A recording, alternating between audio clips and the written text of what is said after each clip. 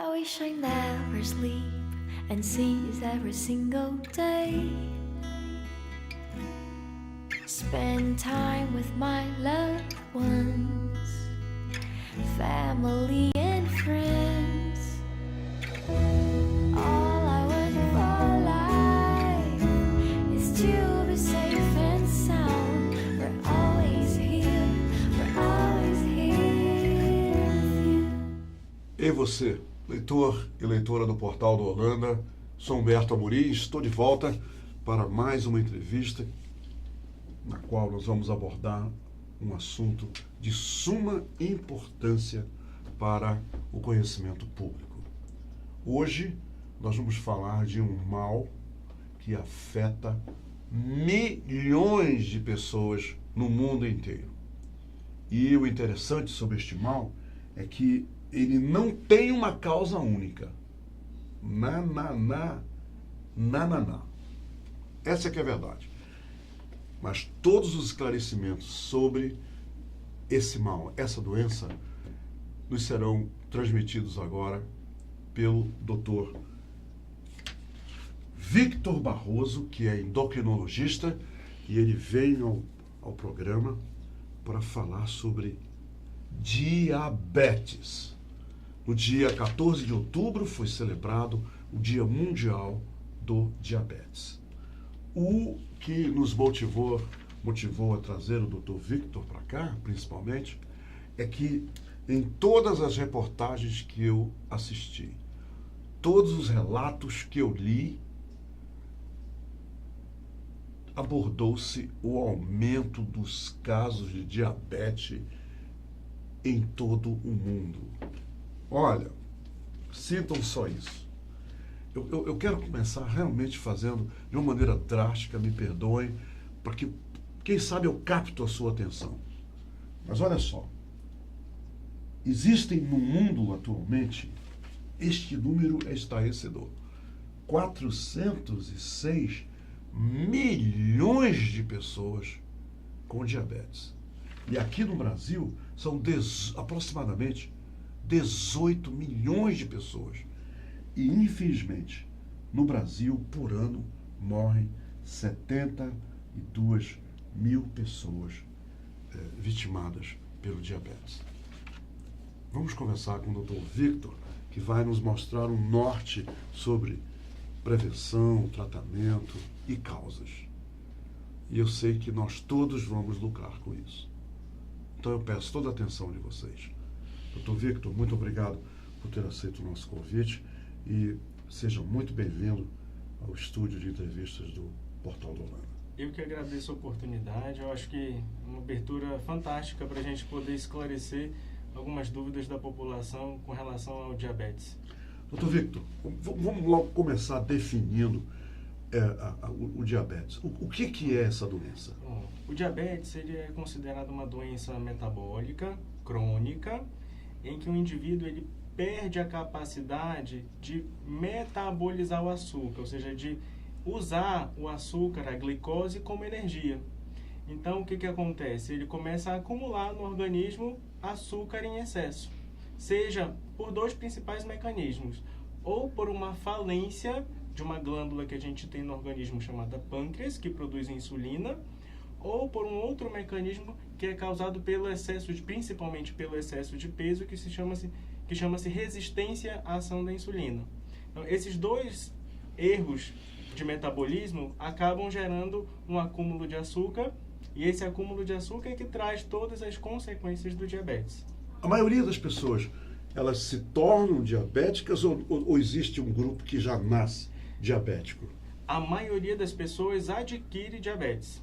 É o tão conhecido diabetes tipo 2. Claro, existe um grupo de pacientes diabéticos que já nascem com uma predisposição a ter diabetes, que é considerado, esse é o diabético tipo 1, que é considerado uma doença autoimune. Esse, geralmente, ele é fadado a ter o diabetes mais jovem, mais precocemente. Mas o mais comum e o que a gente vê no dia a dia, no nosso amigo, no nosso conhecido, no vizinho, é o diabetes tipo 2. O senhor diria, doutor, que neste momento existem leitores que estão prestando atenção aos seus esclarecimentos que estão prestes a se tornarem diabéticos e não sabem? Exatamente. Infelizmente, as estimativas mostram que 50% daquele número que você falou no início, dos pacientes que são diabéticos, não sabem que tem a doença. Pelo fato de ser uma doença silenciosa, de no início não ter nenhum sintoma manifesto, o paciente ele pode ter diabetes e não saber.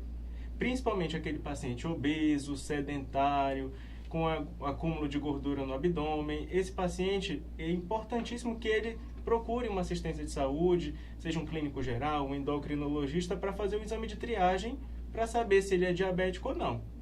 Agora, o mal, ele não dá sinais, doutor?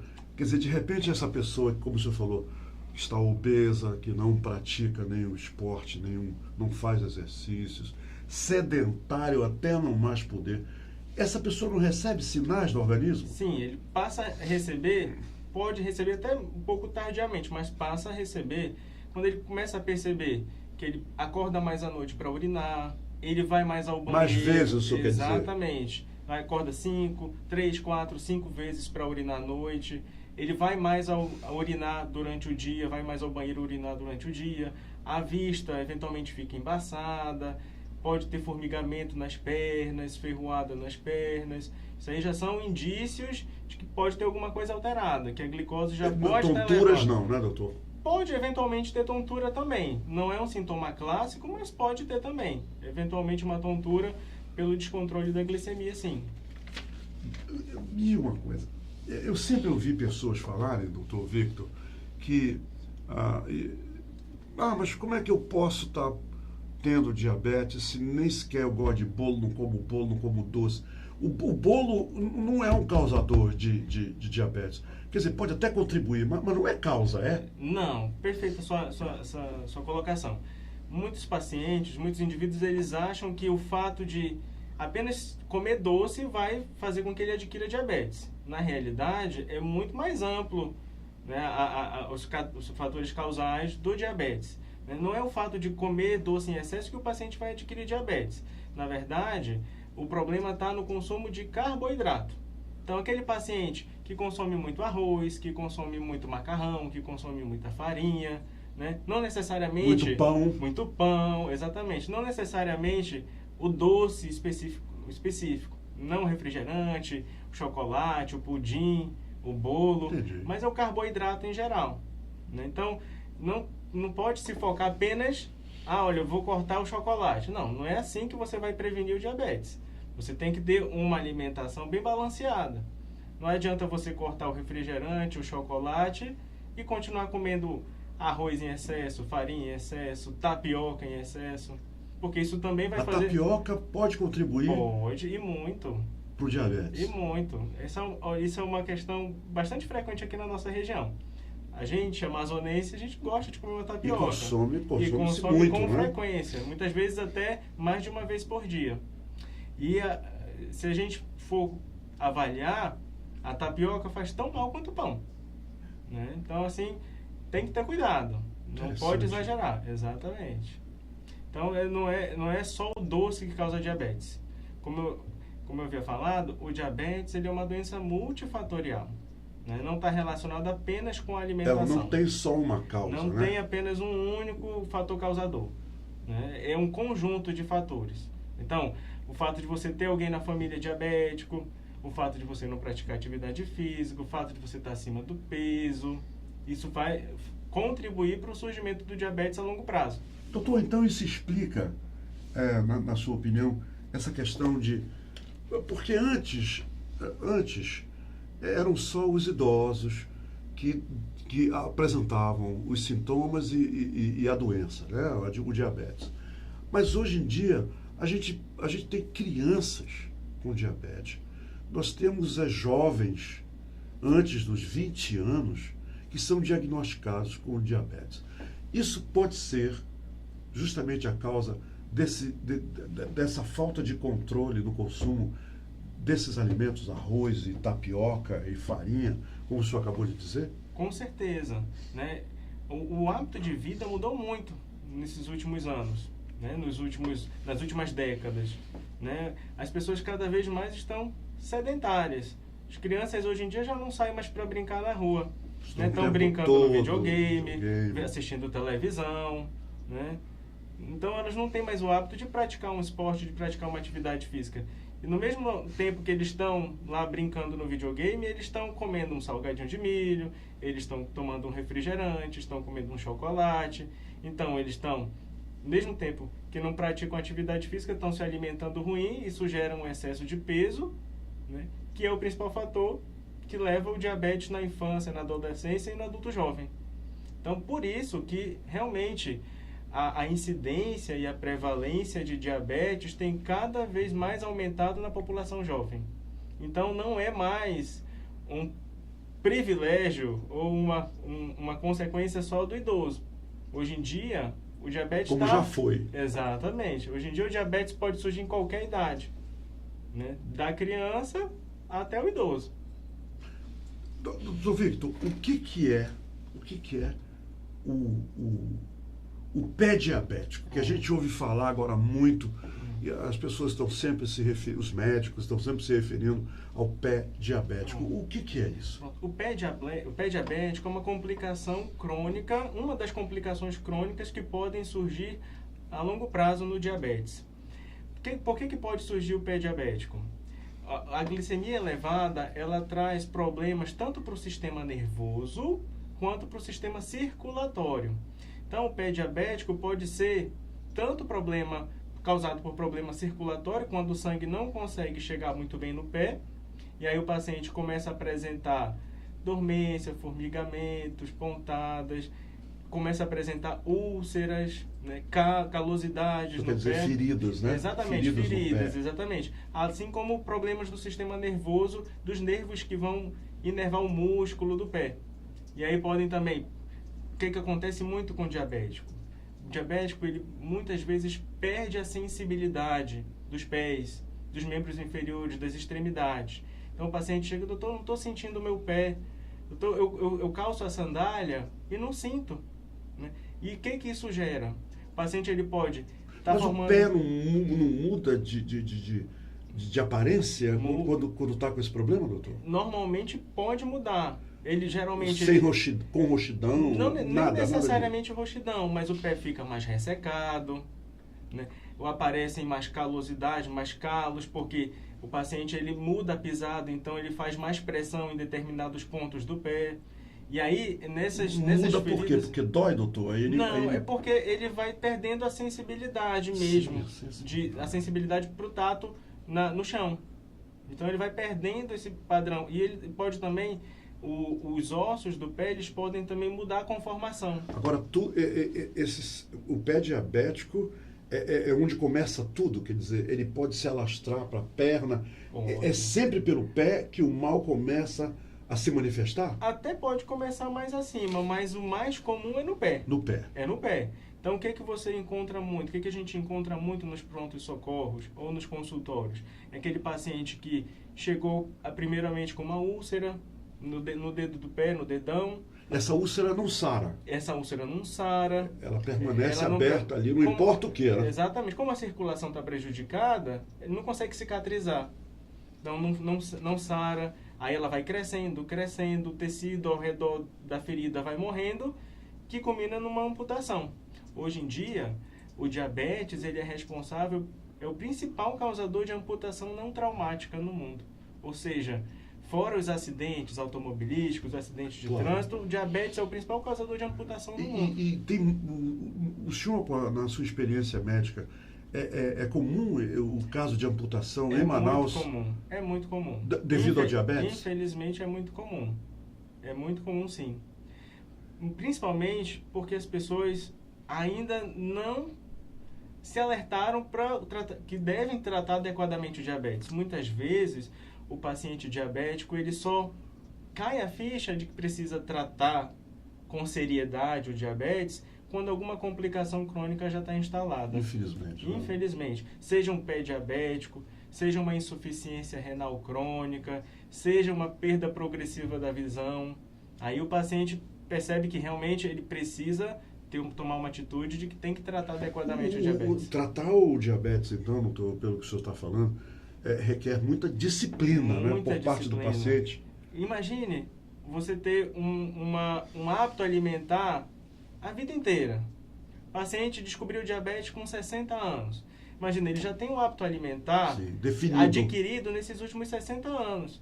Então você dizer para ele, olha, senhor, agora a partir de agora o senhor não vai mais usar açúcar, tem que usar adoçante, o senhor não vai mais poder comer doce, o senhor tem que evitar ou moderar o consumo de carboidrato. Então é difícil, é muito complicado tratar o diabetes. Não é só tomar um comprimidinho ao dia ou tomar uma dose de insulina, né? Eu costumo falar para o meu paciente, Humberto, eu posso prescrever para você o melhor tratamento do mundo, o remédio top de linha, o lançamento do mercado. Mas se você não contribuir com uma alimentação saudável, não vai adiantar nada. O seu diabetes vai continuar mal controlado. Doutor Victor, e a relação do diabético com o álcool? O que o senhor nos tem a dizer? O diabético não pode tomar álcool de jeito nenhum, qualquer bebida alcoólica? Não é contraindicado. Claro, o álcool não é bom para nada, né? Se a gente puder evitar o consumo de álcool, é o ideal, seria o ideal. Mas se o diabetes tiver vontade de tomar um uísque, um vinho, tem problema com em fazer moderação isso? não tem problema algum, né? O paciente pode fazer o uso das suas medicações e eventualmente tomar uma cerveja, um vinho, um uísque, não tem problema, desde que com moderação. Eu costumo falar para meus pacientes que o mais importante, a palavra-chave é moderação, né? É difícil você falar para um paciente que ele nunca mais na vida vai poder comer um doce, ou nunca mais na vida vai poder comer um pão. Então, eu costumo orientá-los, olha, com moderação, a gente pode eventualmente fazer uso de algum desses determinados alimentos, ou até consumir álcool, né? Mas com moderação, nada em exagero. Nada em exagero faz bem. Como é que se manifesta, doutor, uma crise diabética? Ela pode, por falta da insulina, levar o paciente a óbito? Pode. Isso é muito mais comum no paciente diabético tipo 1. Naquele paciente... Aquele que já, desde o começo, é diabético. Exatamente. Que o diabetes ele se inicia na adolescência, né? Na infância, na adolescência ou até no adulto jovem. E que não é um paciente necessariamente gordo, obeso, nada. É simplesmente... É um paciente que simplesmente tem um defeito na produção de insulina pelo pâncreas. Então, ele já nasceu exatamente. Então, assim, ele tem o pâncreas ali que em determinado momento da sua começa vida a falhar, para de funcionar. Só que a diferença do tipo 1 para o tipo 2 é que o tipo 1, quando o pâncreas para de produzir, ele para quase que totalmente. Então, esse paciente ele se torna dependente de insulina. Doses diárias, então. Em doses diárias e múltiplas doses diárias, na maioria das vezes. Então, tem que aplicar várias vezes ao dia. E o que acontece? O diabético tipo 1, ele não vive sem insulina. Então, se ele não tiver insulina, ele morre. E o próprio organismo é que vai num determinado momento pedir a dose de insulina. Exatamente. Se ele não tiver, ele morre. Uma das principal complicação, né, grave, a complicação mais grave no diabético tipo 1 chama-se cetoacidose diabética. É uma complicação em que o paciente, por N motivos, ele tem uma deficiência gravíssima de insulina e isso pode levar a óbito até 30% dos pacientes. Então, 3 em cada 10 pacientes que têm essa complicação morrem, não conseguem sobreviver. Então, é grave, é gravíssimo. Então, uma crise, normalmente o paciente passa a vomitar, tem falta de ar, pode desmaiar, pode entrar em coma e assim que ele é levado para o pronto-socorro na maioria das vezes, desacordado em coma. Então, doutor, vou fazer um pequeno resumo. Sim. O tipo 2 é o tipo que mais tem diabéticos, porque são aqueles que se tornam devido ao mau hábito, os maus hábitos, os excessos, o macarrão demais, o arroz demais, a tapioca demais, a farinha demais. Esses foram causados pelo tipo, e se tornam do tipo 2. Agora, eu ouvi uma reportagem hoje que declarou o seguinte: na Inglaterra, 406 milhões no mundo de diabéticos. E eles dizem aqui que a partir até 2030 nós teremos 411 milhões, e há uma preocupação geral que pode faltar insulina, né, para esse excesso, milhões e milhões de pessoas que vão se tornar diabéticas por causa de descontrole alimentar e tudo mais. Aqui no Brasil, até 2030, ou nesse momento, nós temos o fornecimento normal, sob controle da insulina? Ainda bem que sim, a gente tem. Não existe relato de falta de insumo para insulina até o momento. Então, a população pode ficar tranquila. Na rede pública, existem muitas pessoas que utilizam a rede pública para as suas doses diárias de insulina? A rede pública, ainda bem que na rede pública existe a distribuição pelas unidades básicas, pelas policlínicas, pelos postos de saúde da insulina. Existem vários tipos de insulina e os principais são distribuídos pela rede pública. Então, a população mais carente, a população que não tem condições de comprar uma insulina na farmácia, ela pode conseguir essa sua insulina de graça pela rede pública. E até o momento não tem nenhum relato que vá faltar. Faltar. Que a insulina é produzida no Brasil. Exatamente. Eventualmente, acontece de faltar o insumo nos postos, mas logo isso é reposto. Então, assim, longos períodos sem insulina nunca aconteceram. Eu levantei, doutor, e eu sei que o senhor sabe disso, que o tratamento com insulina no Brasil, fora da rede pública, custa de R$500 a R$800 por mês. As pessoas têm que ter esse tipo de dinheiro para manter as doses de insulina. Exatamente. Hoje em dia, já existem vários tipos de insulina, né? E tem da insulina mais barata, tem da insulina mais cara, né? Realmente, alguns tratamentos com insulina, principalmente as insulinas mais modernas, elas custam muito caro. Qual é a diferença, doutor, da insulina mais moderna do que a antiga? As insulinas mais modernas, elas estão associadas a menor risco de complicações. Quais são as complicações? Hipoglicemia, que é a queda muito rápida da glicose, né? Principalmente à noite, na hora de dormir. Está menos associado a obesidade, ganho de peso, porque a insulina invariavelmente faz o paciente ganhar um pouco de peso, né? Então, essas insulinas mais modernas diminuem esse ganho de peso. As insulinas mais modernas, elas mostram uma maior segurança cardiovascular. Então, o paciente ele tende a ter menos eventos cardiovasculares. Então, existem algumas diferenças que fazem com que essas insulinas, no momento, sejam um pouco mais caras, até porque elas são relativamente novas. Então, tudo que é mais novo no mercado acaba sendo um pouco mais caro. Por favor, doutor Victor, defina mais uma vez o que é um pré-diabético, porque eu sei que tem muita gente que está nos assistindo neste momento que são pré-diabéticos, e o senhor acabou de dizer que não sabem, Perfeito. Mas que podem, ao mudar os hábitos, mudar de atitude, sair desse campo perigoso, sendo um pré-diabético. Perfeito. Pré-diabético é aquele paciente em que a glicemia de jejum ela já está alterada, mas não em níveis tão elevados. Então, se você é uma pessoa, um indivíduo que está acima do peso, né, tem uma circunferência abdominal um pouco mais elevada, tem histórico familiar de diabetes, seja um pai, uma mãe, uma avó, um tio, é importante, independente da idade, é importante que procure um atendimento médico, peça para dosar a glicemia, para afastar a possibilidade de ter um diabetes. A dosagem de glicemia, ela é rápida, é um exame rápido? É rápido, extremamente rápido. Um exame de triagem, você pode furar o dedinho e avaliar o seu nível de glicose. Um exame mais apurado, que é a dosagem da glicose na capilar, esse demora nada. Qual é o nível normal, doutor, e o irregular? Qual é o nível? O normal da glicose é até 99. Uma glicemia de jejum entre 100 e 125, a gente já considera pré-diabetes. E uma glicemia de jejum acima de 126 já é considerado diabetes. Um diabético. Exatamente. E aí já é preciso o tratamento, já precisa... O tratamento, ele pode começar, inclusive, no pré-diabético já, para evitar a progressão para o diabetes. Então, aquele paciente que já tem uma glicose 101, 102, Aí já existem tratamentos para Pra esse diminuir para isso aí. diminuir. Exatamente. E disciplina novamente. Exatamente. Claro que, como eu lhe falei anteriormente, a medicação, o tratamento medicamentoso, ele nunca deve estar sozinho.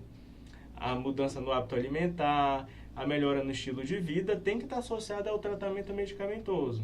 Muitas vezes o pré-diabético, ele consegue controlar ou reverter a glicemia para o normal apenas com mudança do hábito de vida. E não precisa de medicação. Agora sim, é muito comum, Humberto, a gente encontrar no consultório aquele paciente: doutor, eu trabalho de manhã, de tarde, de noite. Eu não tenho tempo para fazer uma atividade física. Eu chego em casa, eu quero tomar um banho, sentar no sofá, comer alguma coisa e dormir. Então, nesse paciente, muitas vezes, a gente sabe que a realidade é mais complicada, é mais dura, e que ele não vai conseguir mudar completamente o hábito de vida. Ele pode até melhorar a alimentação, mas muitas vezes ele não consegue colocar uma atividade física.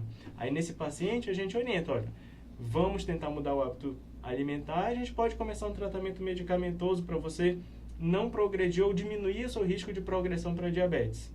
Mas, claro que eu estou falando isso aqui, não quero incentivar ninguém a não praticar atividade física. Claro. A gente tem que ter um tempo para exercício físico, isso é Tem que fundamental. achar, né, doutor? Exatamente. Eu costumo falar um ditado: se a gente não arranja tempo para a saúde, um momento a gente vai ter que arranjar tempo para a doença. Para ficar doente. Exatamente. Vai ter um tempo para ter que ter um tempo para cuidar da doença. É verdade. Porque se a gente não cuida da saúde, em algum momento, não sei, seja o diabetes, seja uma hipertensão, seja um infarto, uma doença cerebrovascular, isso vai aparecer. Se a gente não ter cuidado com a saúde desde sempre, né? Cuidado com a saúde sempre, né, doutor? Sempre. Doutor Victor, muito obrigado, mas obrigado mesmo pela sua paciência e também pela generosidade de ter vindo aqui conversar com a gente sobre um assunto tão importante para tantos leitores e leitoras do portal do Rolando. Muito obrigado mesmo. Eu que agradeço. Mais uma vez, eu agradeço a oportunidade. Eu acho que é sempre válido a gente poder divulgar conhecimento, né? Muitas vezes a pessoa que está assistindo lá em casa se identificou com alguma coisa que a gente falou aqui, vai procurar ajuda e a gente está mudando a vida de alguém. Muito obrigado mesmo. Que bom, doutor. Eu Muito obrigado, doutor. Eu que agradeço. Aí, minha gente, ele disse uma coisa maravilhosa agora no final da entrevista. Se você não arranjar tempo para cuidar da saúde, preocupado somente, né, com o tempo que você tem para o trabalho, depois, forçosamente, você vai ter tempo para lidar com a falta da saúde. E isso ninguém quer, para ninguém. Muito obrigado pela companhia de todos e que você cuide, mas cuide mesmo dos excessos, porque a diabetes tipo 2, Dr. Victor Barroso acabou de dizer, ela é uma diabetes adquirida por, principalmente, maus hábitos, falta de controle, falta de exercício, uma série de fatores. Olho vivo, tá? Não dá mole. Obrigado.